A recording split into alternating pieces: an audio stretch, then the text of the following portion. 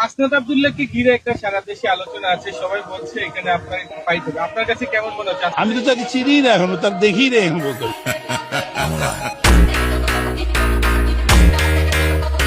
এই ঋণ খেলা পিতার ঘুম হারাম করে ছেড়ে দিব।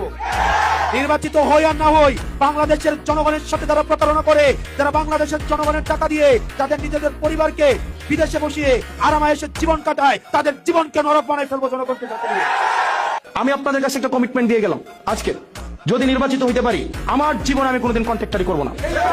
তারপরে একজন একটা কন্ট্রাক্টরি লাইসেন্স নেয়, তাই না?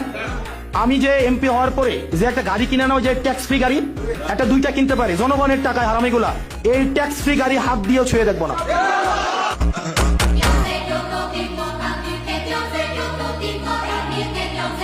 এই মাটি খেকুদেরকে আমি ইন্ডিয়ার ওই পারে পাঠাবো।